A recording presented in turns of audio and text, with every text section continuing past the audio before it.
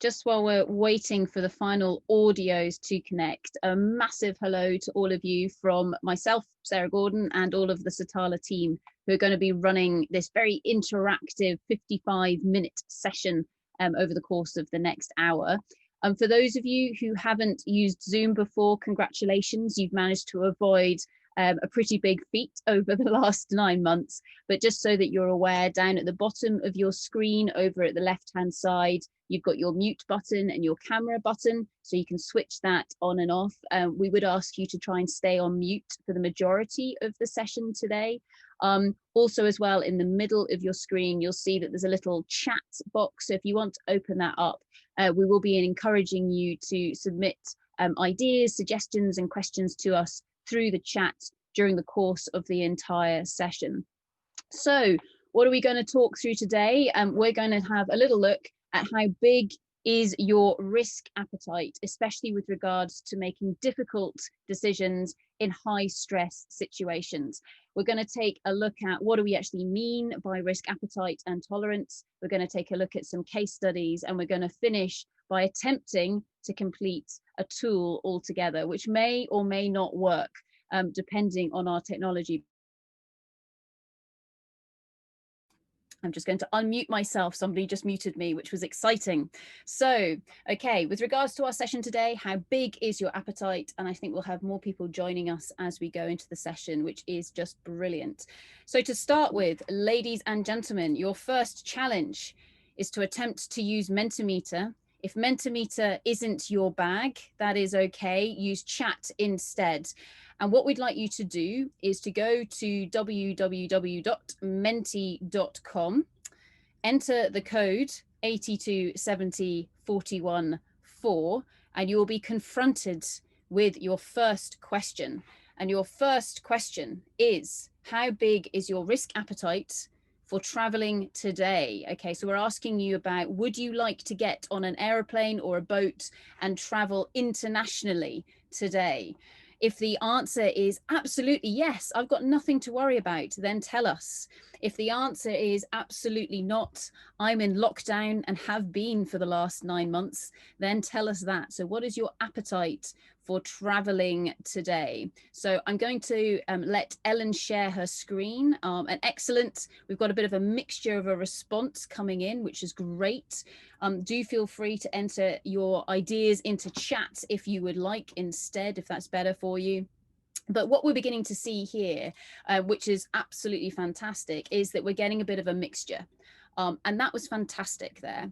I'm sure that some of you are still entering into Mentimeter, and don't worry about that. We will be collecting the results later and we can share them with you afterwards. But what we were seeing there was that some people were saying, yes, please. And other people were saying, absolutely not. And I think we had one person who was sitting quite happily in the middle.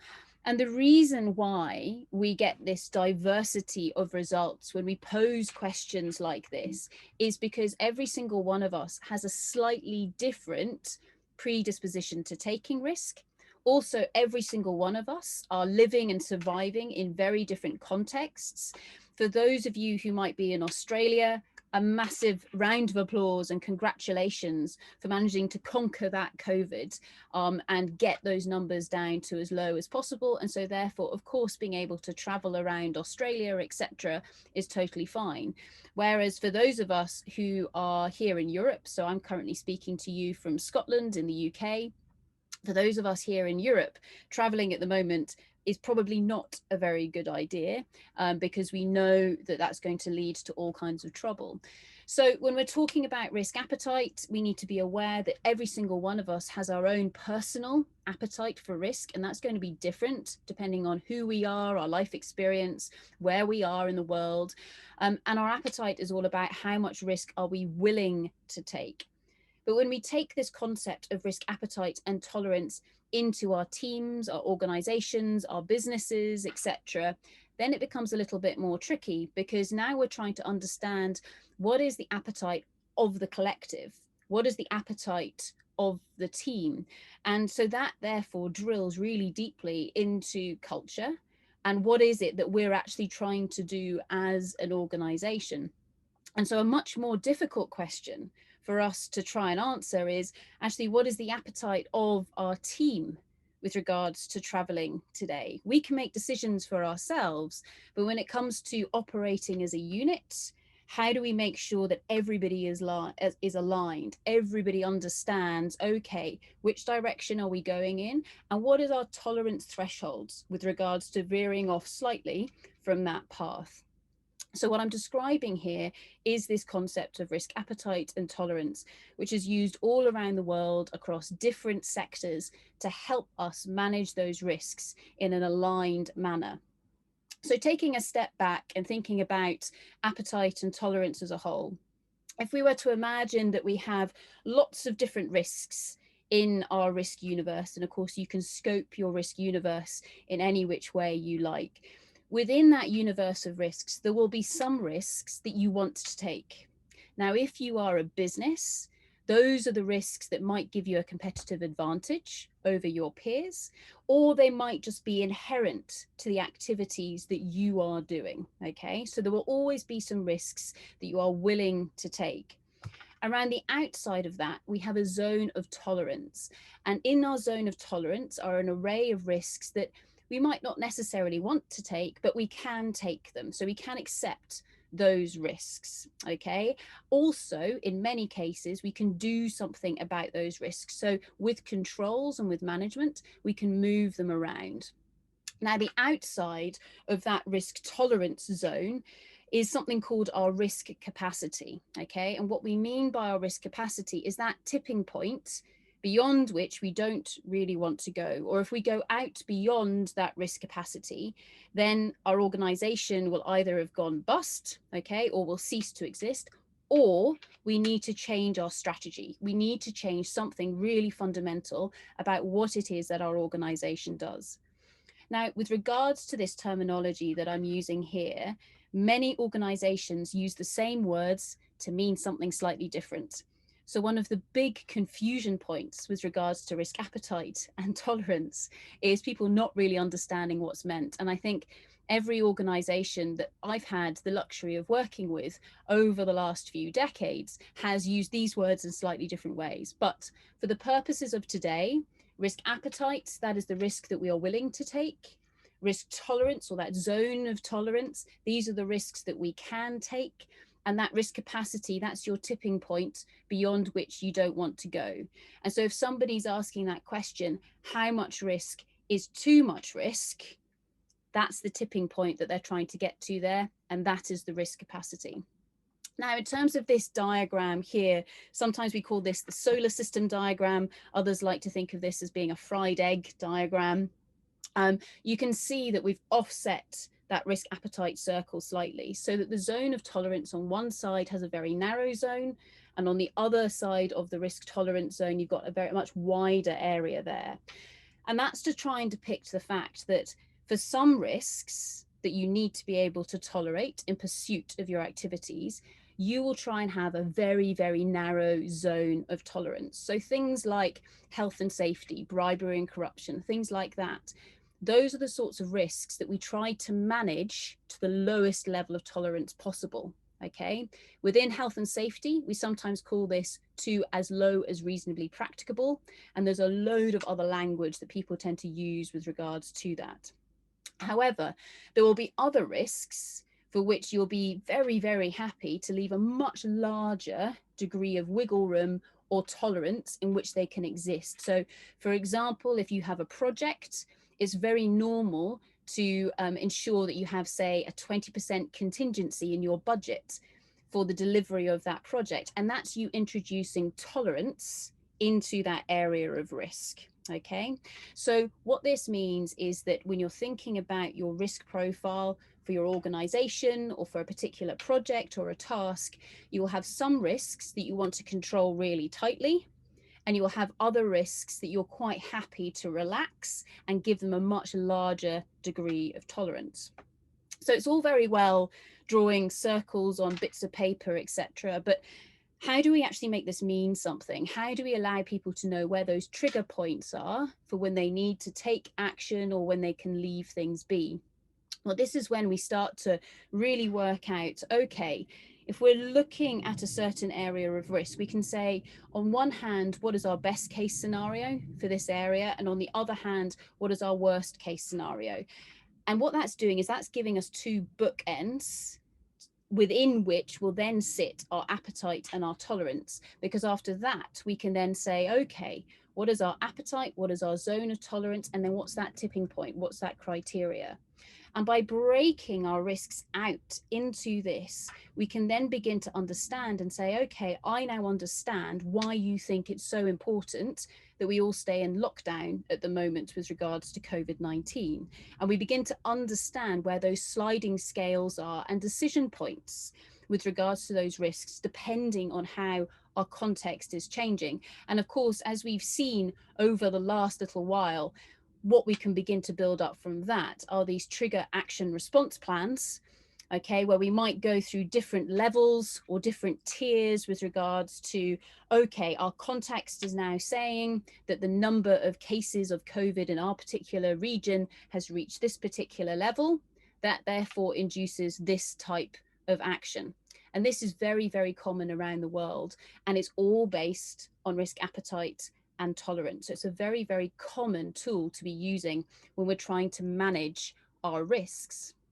So if I now dive into a few little case studies, and there are so many case studies we could go through here. In fact, in the Satala team behind the scenes, we had a lot of debate with regards to which case studies to share with you, because we've had a really, really fascinating few years of working with lots of different organizations all around the world. So the case studies that we've got for you, we've got one to do with football or soccer, i.e. the form of football with a round ball. As you can probably tell from my accent, I'm in the UK, so it pains me to call this soccer.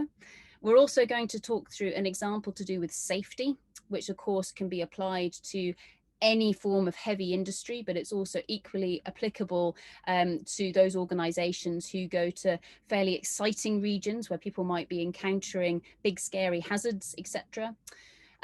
Talking about big scary hazards, we've also got an example from banking, and then finally we're going to finish off with an example from government. So with regards to football or soccer, if we imagine that our country is playing a big football match, it might be part of the World Cup, it might be something different. Just looking at this picture now, it looks really strange, doesn't it? Seeing thousands of people crammed together in a stadium. But this picture wasn't taken that long ago, really. So when we're talking about soccer, if I move beyond COVID-19 for a second, what we can begin to think about is, okay, so let's imagine that our football team is in, I don't know, the semi-finals of the World Cup. Now, what is the best case scenario and what is the worst case scenario that could happen to our national football team at this point in time? Well, the best case scenario is that we win the game without even having to turn up. That would be just glorious. It would be a bit boring, to be honest, but that means that we're effectively getting a pass straight into the final of the World Cup. So that would be the best case scenario. The worst case scenario, and I think we can probably think of a number of different worst case scenarios here, but the worst case scenario, I suspect, would be that we get disqualified. Okay, and if our team were disqualified, we would be disgraced, we would probably lose our funding, we might be fined, our public would ridicule us for not being a good enough football team, perhaps players don't want to play for us, and actually there might be a bigger impact, which are health problems within our country, because nobody wants to go and play football or soccer, okay, because they're so disappointed in their national team. And of course, in this worst case scenario, of course, we're losing the match and we're not advancing to that World Cup final. So you can see now how we've got a best case scenario and a worst case scenario. So we've got those two bookends. Now we want to work out, okay, so between those two bookends, what is our risk appetite? So how much risk are we willing to take? What is that zone of tolerance, which then comes to that tipping point or that criteria, which says, okay, we're willing to take all of this risk up until a point. What is that point? So if we start to zoom in on that and we say, okay, let's start with our risk appetite. Well, our risk appetite is, you know what, we don't necessarily need to just be handed that free pass into the final of the World Cup. We're happy to work for that. And actually, we are willing to accept the risk of having to play football for 90 minutes. Okay, we are willing to accept that. However, we don't really want anybody to be injured. Okay, and we don't really want any yellow or red cards, because we want to have all of our players available for the final of the World Cup. And also we don't want to be embarrassed by bad behavior or something like that. Okay, so last time I checked, the way that you win a football match is you score more goals than the other team. I'm just going to check that with Ollie, Ellen and Norm. Yep, they're nodding at me. Excellent. So I've understood the rules of football. So if I'm saying my risk appetite is basically to win the match without getting any injuries or any yellow or red cards. So that's our risk appetite. We are willing to accept the risks associated with that. If I go to the other end of the scale and I say, well, what's that tipping point? What's that risk capacity? What's the amount of tolerance I'm willing to go up to, but not beyond? So with regards to this football match, our tipping point is winning the match and losing the match. So how badly can we do in this particular game of football right up until the point when we lose the game? Okay, so that is the tipping point that we're now trying to describe. And so because, of course, if we lose the match, then we're out of the tournament and we don't have a chance of winning the World Cup. Whereas we can tolerate playing football beyond 90 minutes. So we can tolerate going into extra time.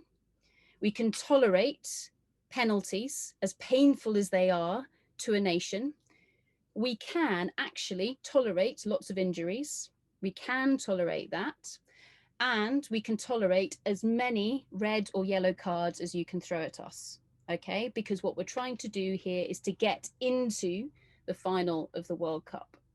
So what we've now managed to do is delineate that zone of tolerance, okay, from winning the match in 90 minutes with no cards and no injuries, all the way through to struggling through extra time and penalties, yellow cards, red cards, injuries, you name it, but we've still won the match. And so therefore we've managed to get into that World Cup final.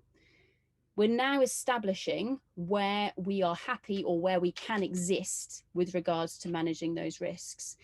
And of course, we can now dream up lots of different indicators or criteria that help us to indicate or work out where are we in that trajectory of risk. So for example, every time the opposition scores a goal, we're tracking more towards our risk capacity. Every time we score a goal, we're going more towards our risk appetite. If one of our players gets hurt, we're going in the wrong direction. If their players get hurt, as evil as this sounds, actually we're going in the right direction.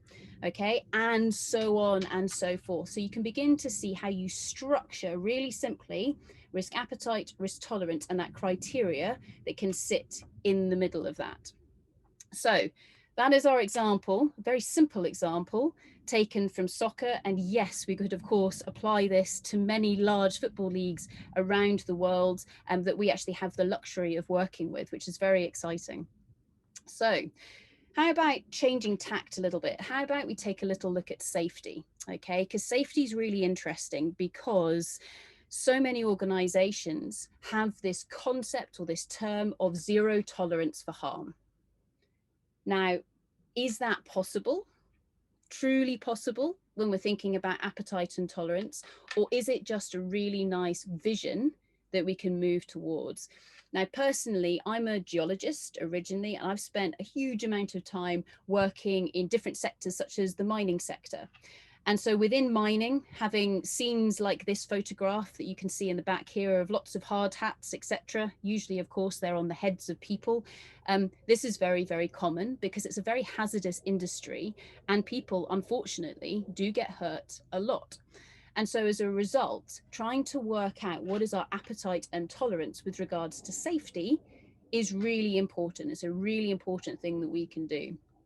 So what we might say here, and I'd welcome your comments coming in on chat as well, because what I'm about to say may be quite emotive, but I welcome your comments in your chat. So best case scenario, no matter what industry or what project we're doing or where in the world we're working, best case scenario is nobody gets hurt. Worst case scenario, very simply, everybody gets hurt. Okay, so this is a really easy couple of bookends that we can put in place there. However, zooming in on this, our risk appetite, we might say again, zero harm, nobody gets hurt. Our vision and our appetite is that nobody gets hurt. Whereas when we track out to our tolerance, this is much more difficult, because what we're saying here is, in, say, a mining environment, if you are actively putting people in dangerous situations, can your tolerance for somebody being hurt really be zero, as we so often say? Or actually, is it this thing called as low as reasonably practicable? And the key thing here is that a LARP, or as low as reasonably practicable, is not zero. So if it's not zero, what is it? And it's at this point in time here where leaders and decision makers find this question very, very difficult. Because what they say is, well, actually, how much harm are we willing to allow to happen in the pursuit of what we're trying to do? And this is a case where it doesn't matter if you are a charity providing aid to people who may have been caught up in a typhoon or an earthquake, all the way through to something like oil and gas. It is the same conundrum that we face. How much safety risk are we willing to tolerate? And the more honest we can be about that, the easier it is to plan for and to control for. Whereas if we just say zero, we all know that that's not true. And so we need to work out what that tipping point is.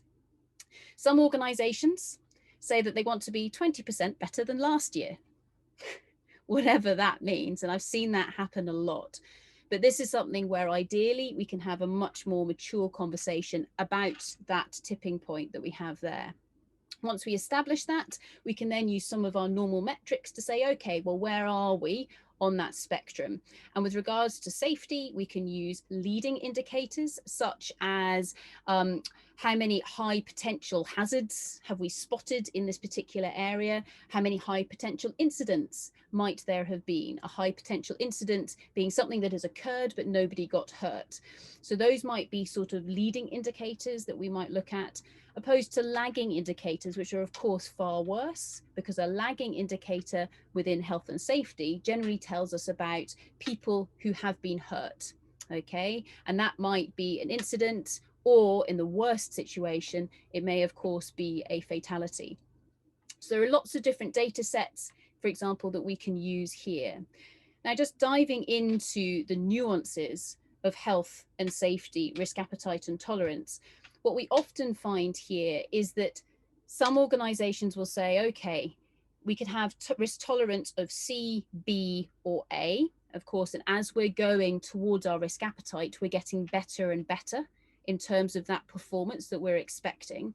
And what you find is some organizations say that their tolerance is A, but then when you do the analysis of their data, they're actually sitting outside of that tolerance zone, which is an indicator to say that they are out of control with regards to the management of those safety risks.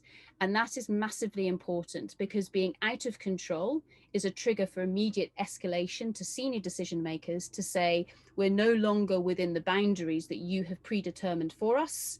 We need to make a plan and do it now, okay? Because otherwise things are just going to spiral out of control. So that's a little case study from the world of safety.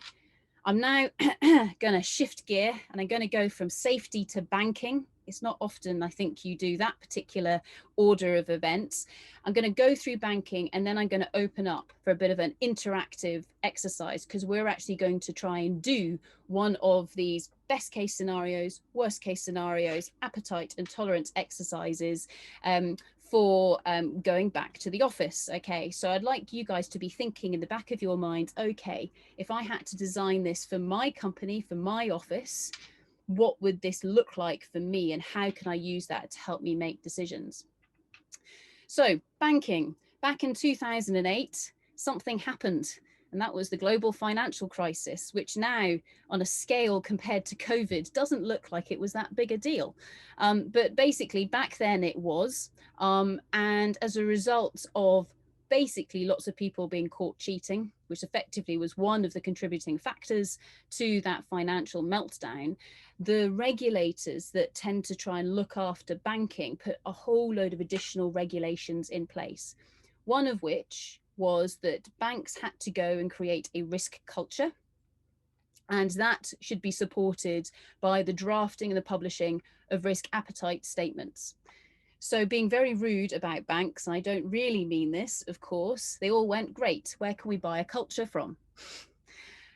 Of course, it's more complicated than that. But what we found was actually one of the very practical tools to be able to steer that culture and create the culture within the banking environment was to say what is appropriate and what is not appropriate in terms of different activities, different tasks, different risks that could be undertaken. And what that allowed us to do, and you can see it in the little cross diagram here, is to enable people to acknowledge risks that before had been unacknowledged or had been hidden somewhere within the organization. And that was really important, because the more unacknowledged risks you have, the more surprises you're going to have as an organization. And so therefore, the more uncertainty you're going to experience and the less control you're going to be in. So within banking, they started to put in place risk appetite and tolerance statements. There's a very strict regulations around how this is done. But basically, when it comes down to it, within banking, we have a certain array of risks, such as fraud, which is an area of risk that you want to manage very, very carefully. You want to try and reduce that down to as close to zero as possible, all the way through liquidity, business continuity, project risk, etc. Okay, so there are lots of different areas of risk. With regards to each of these primary areas of risk, and again, there's lots of terminology we can use here, what organizations started to do is say, okay, best case scenario, worst case scenario, appetite, tolerance, and how do we measure all of the stuff in between? And so it's exactly the same flow that banks started to use that have been going on in the world of, say, health and safety, project risk management, etc., for many, many years. But it was being used to try and steer some of the cultural factors by saying there are some risks that we just will not tolerate. So if you are operating outside of that zone, then we need to do something very, very fast to bring you back in control again. And what you can see here are some ideas of different metrics, etc., that could be used. Now, I know, because seeing all your lovely names that are coming up on Zoom at the moment, that some of you work in banking. And so you guys will be able to tell me the story about this in far more eloquent terms. But the really great thing that has been happening is that the regulators, by putting in the requirement to have risk appetite and tolerance statements, what they gave to banking was a practical way of being able to drive that risk culture within the business, rather than just leaving it at, you need a risk culture, because that is something that is very, very difficult just to go away and create. So we've been going for almost half an hour now. Who would have thought? We're having so much fun. And we've done 3 of our 4 case studies. As promised, what we're now going to do is we're going to do a little exercise. And what we will distribute after we finish today's session is a little fact sheet that looks like this over on the right-hand side, which just describes some of what we've been talking through over the last 30 minutes or so. And then also as well, it contains this template on the back of the fact sheet. And what you have here is just best case, worst case, appetite, capacity, and then some of those tolerance metrics along the bottom. So in order to do this, ladies and gentlemen, we can either use chat or you can go into our Mentimeter again. So yes, time to get out those phones or those computers, which I suspect you have to hand, seeing as you're watching this Zoom meeting now. So please go to menti.com again, type in the same code as you had before. If you've still got it open, great, you're ahead of the game. And what we're going to talk about is, let's imagine that as a collective organization, we all work for the same company, and our head office is in London. So in London, UK. And prior to lockdown, which happened towards the beginning of March in the UK, this is what that particular office looked like, okay, in slightly different forms. As soon as we went into lockdown, this is what the office looked like. So there was a very quick pivot to push everything online. And of course, the question now is, given that our head office is in the middle of London, when should we go back to that office? When should we go back to that office? So Ellen, if you can just wrestle control again in terms of the screen sharing, what we're going to ask you to do is in Mentimeter, using the word cloud, is to type in there some ideas as to what is the best case scenario for returning to the office. Okay, so best case scenario, exactly as we're seeing appearing there. So everybody feels safe, everybody is comfortable, there's no COVID, okay, there's a cure for COVID. Perhaps we wake up and we realize it was all just a bad dream, okay, the health systems work, global herd immunity, etc. So this is a case here where we go, yes, we've solved it, it's amazing. Okay, so we're beginning to articulate or to describe what is the best case scenario for returning to the office. Okay, so that's the great, the optimistic side of things, which is brilliant. Now let's go to the other end of the scale. What about the other end of the scale? And Ellen, if we can move on to the next question. What is the worst case scenario for returning to the office? So you guys will now need to click to the next question in your Mentimeter and start typing in, what is the worst case scenario for returning to the office? What do you think this might look like? And if you can't get into that bit on Mentimeter, then feel free to type into chat what you think we might need there. So yeah, worst case scenario, people feeling forced. Perhaps there's no cure.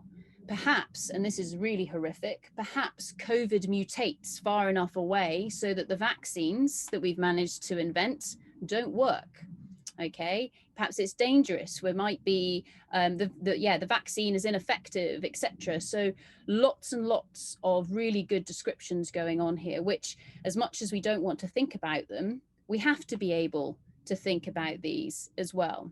So what we're beginning to articulate are best case scenario, worst case scenario.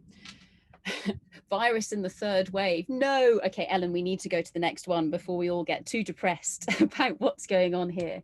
Okay, so now we're looking at our appetite. So remember, the best case scenario was that we're all cured, there's global herd immunity, etc., which, yes, would be absolutely brilliant. But now let's rein it in a little bit and say, actually, what kind of risk would we be willing to accept? What kind of things do we need in place to allow us to go back to that office? So we've got safe work. Perhaps this is something where, yep, social distancing. So within the office environment, we've actually set up the office so that you can work 2 meters away from all of your colleagues. You've thought about, how do people go to the bathroom? How do people store their bikes if they have cycled into work? How does all of that work? Also as well, how do we travel into the office in a safe environment? If your office is in the middle of London, the scary environment, the dangerous environment, is not necessarily inside the office, i.e. an environment you can control. It is what's going on outside the office. Are people going to have to get on the London Underground to get to work? Intentionally getting in a confined space where you will be breathing in air and particles from other people. What kind of things do we need to think about there? And also as well, maybe perhaps people have all had the vaccination or whatever might be going on. So this is fantastic. We're getting some really great ideas for what kind of risk might we be willing to take with regards to this. Ellen, if we can now go to that capacity or that tipping point. So on to the next question here. So what is that tipping point? So how much risk is too much risk, or kind of what is that tipping point? That's what we're looking at now. So yes, if we can make sure that there definitely is social distancing, etc., etc., that's the kind of risk that we're willing to take.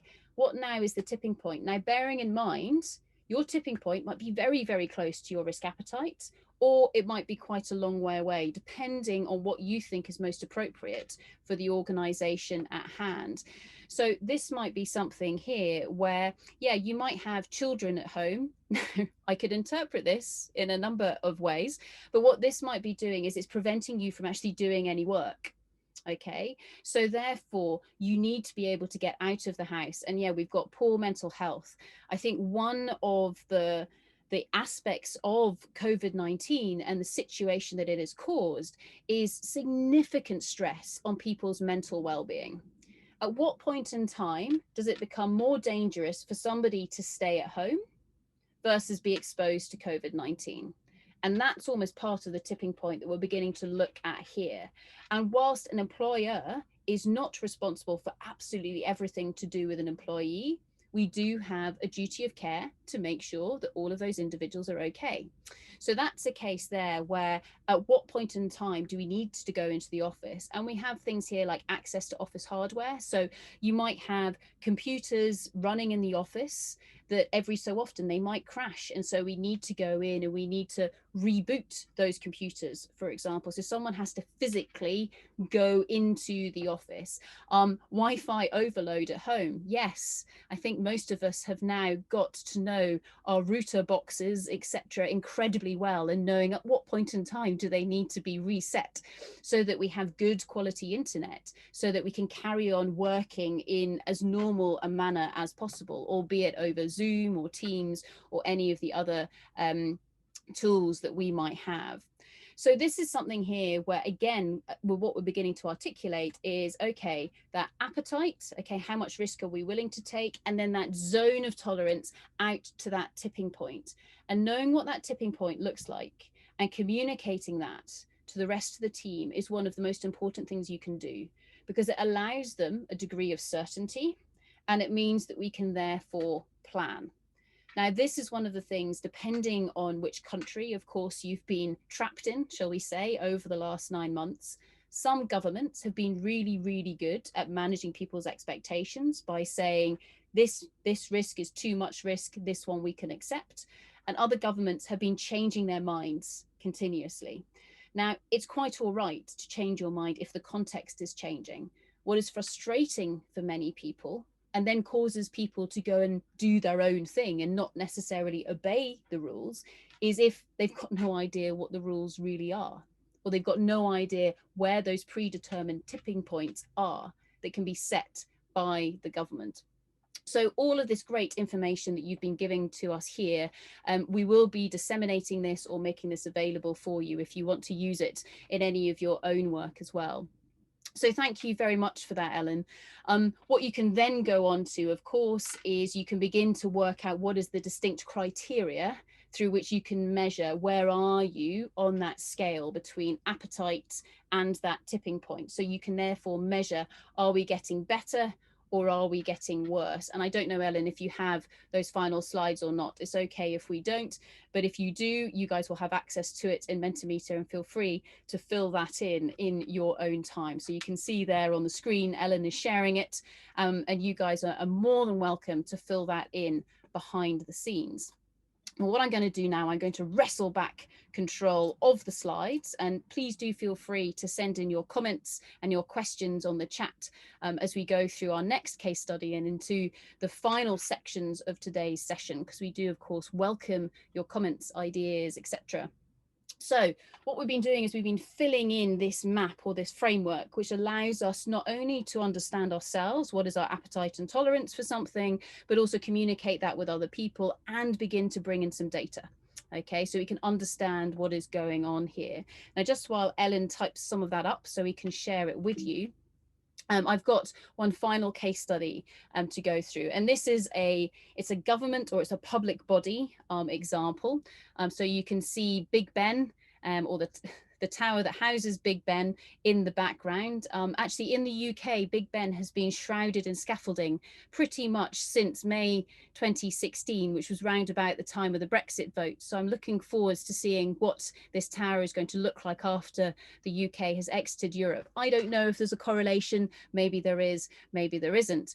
But with regards to Brexit, what that's meant within the UK and within public organisations in the UK is that everybody's had to relook at the strategy and the purpose of their organisations, because what they now need to do is say, what do we look like as Britain on a global scale rather than a component of Europe?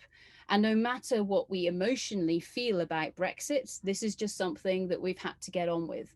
And so what you have on the left-hand side of this slide are a series of typical strategic objectives, for example, that a public body may well have in the UK. And of course, you've got things like being ready to meet our operational commitments, so actually do our jobs. That's always a good one. Make sure we've got a workforce which is fit for the future. Perhaps we need to make sure that we're up to date, if not leading, with regards to the technology that we use. We need to be ready for global Britain rather than part of Europe, Britain. And of course, we always need to be able to operate and act safely and professionally. So what we can do with this, and you'll see that I've gone back to our little solar system diagram, is we can take those objectives or those areas of risk and we can plot them up in that zone of tolerance. So we say, depending on that objective, how much risk are we willing to associate with that objective? How much risk can we take? And number 5, that was the operating safely. So you can see that there's very little tolerance round about number 5, whereas things like number 2, so having a fit workforce, or number 1, being ready to meet our operational commitments, in this particular exercise that was done with a government organisation, they felt actually we can have a much larger degree of tolerance with regards to that. So we can plot them on the grid and then we can say, right, what do we want to do about these? How tightly do we need to control those areas of risk?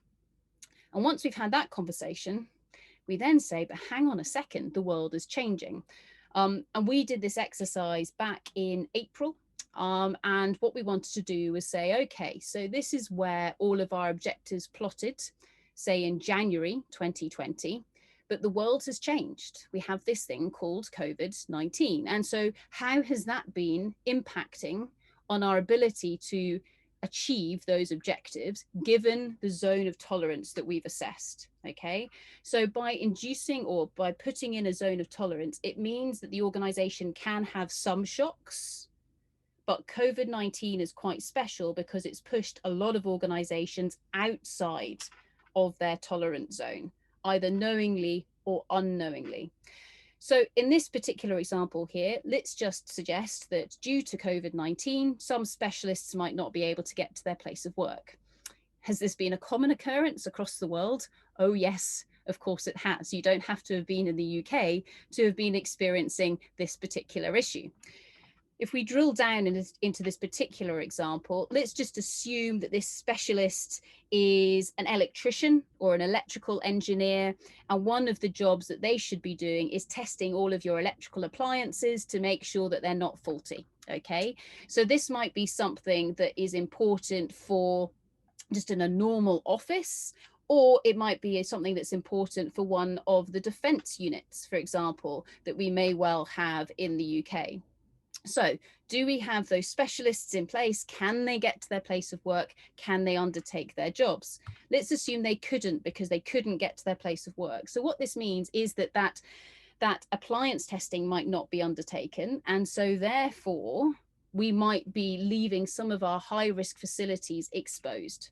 Okay, because there are faulty bits of electrical equipment that are sitting inside those facilities. Nobody else is in those facilities, but the facilities themselves may be housing really important bits of kit that are important for us achieving our objectives. Let's let this scenario carry on. Okay, yes, there might be a faulty device due to a lack of budget over the last few years. The fire suppression system may not have been installed. Oh yes, and we might have some oxygen and we might have some fuel. What does that therefore add up to? Yes, that adds up to a potentially nasty fire. Okay, so we now have a fire, say in a hangar. So let's just imagine this is the Air Force, something like that. Okay, this may result in lots of aircraft being lost.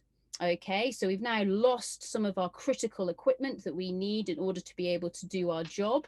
How does that then impact on our objectives? Well, it means that we now no longer can meet our operational commitments.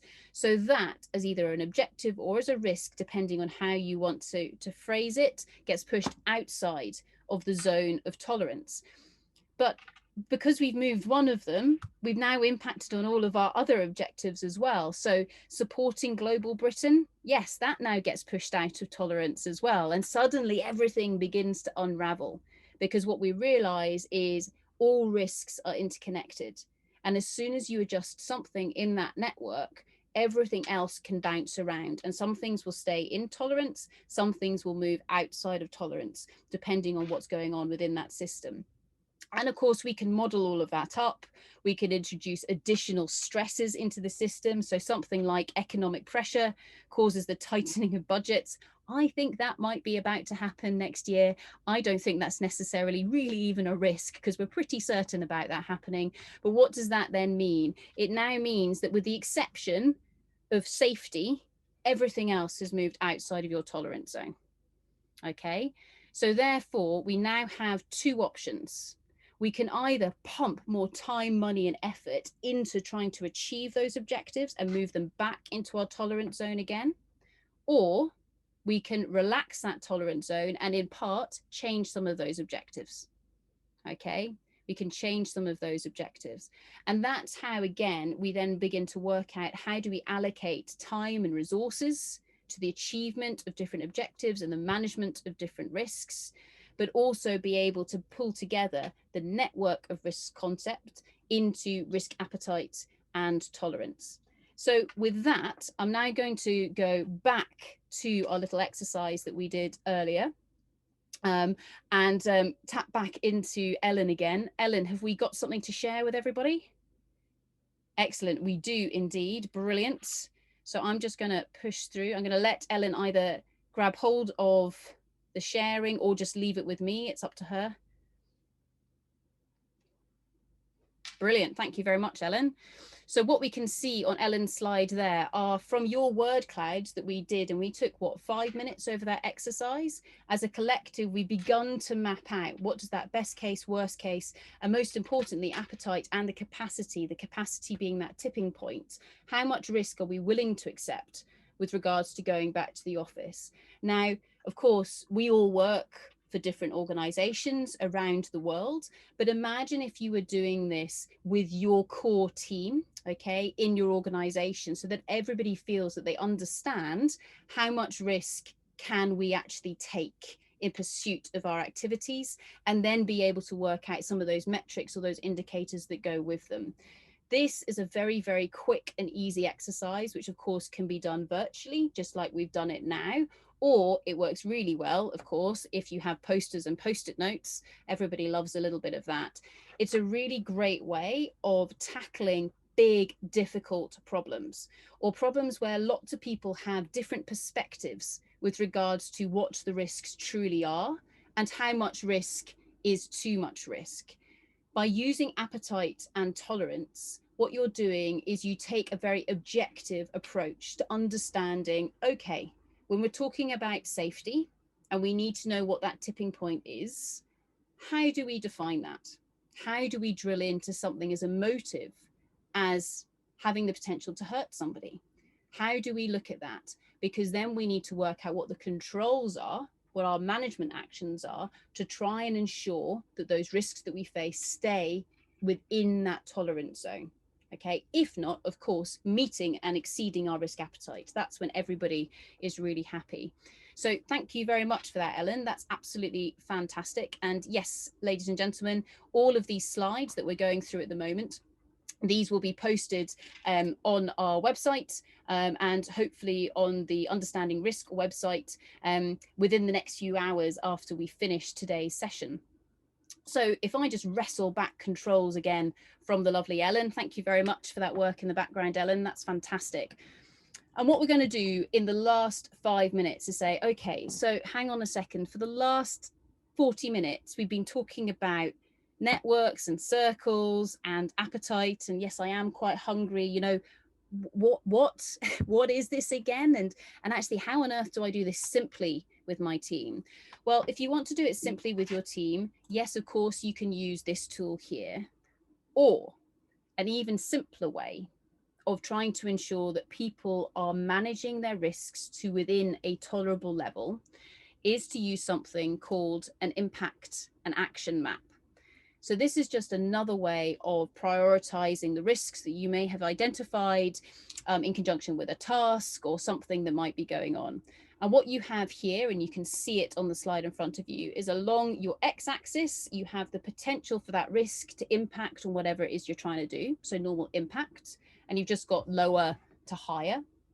And then up the y-axis, where yes, ordinarily you would have likelihood. We can have another discussion about likelihood later, but we get rid of likelihood and all the problems that come with likelihood, because there are many. And instead we say, with regards to this particular risk, do I need to take action?